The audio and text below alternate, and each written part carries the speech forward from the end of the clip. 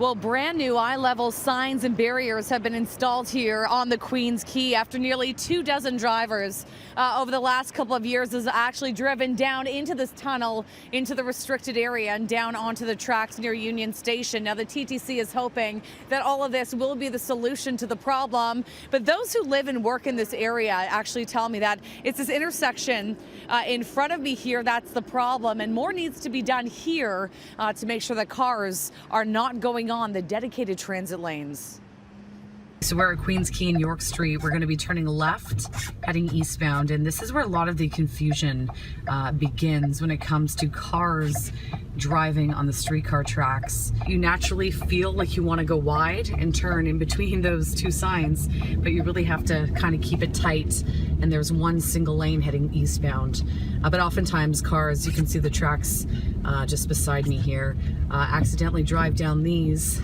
And of course, the tunnel is just ahead.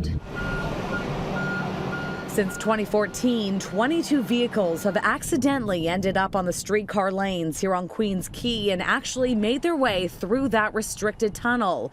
We have been reporting on confusion here since the opening of the waterfront redesign back in the spring of 2015. How often do you see cars sort of come onto the tracks not really knowing that they're not supposed to be on them? At least once a week. Once a week? Yeah. So a common occurrence? It is pretty frequent, yeah. So what is the issue here?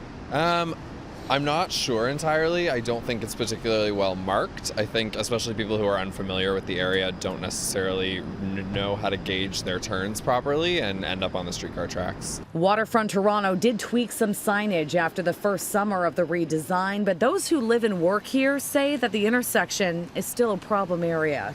Are things getting better or is it the same?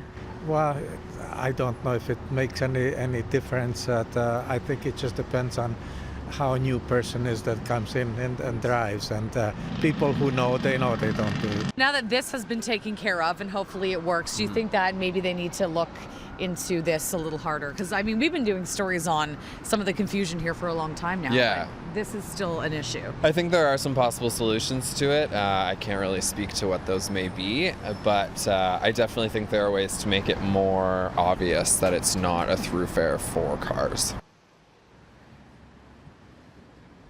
Now, residents who live here on Queens Quay say that they know how to get around, but it is a difficult area for visitors to maneuver. And as we approach the busy season for tourists, I've been told by Waterfront Toronto that at this point there were no plans to make any changes to that intersection.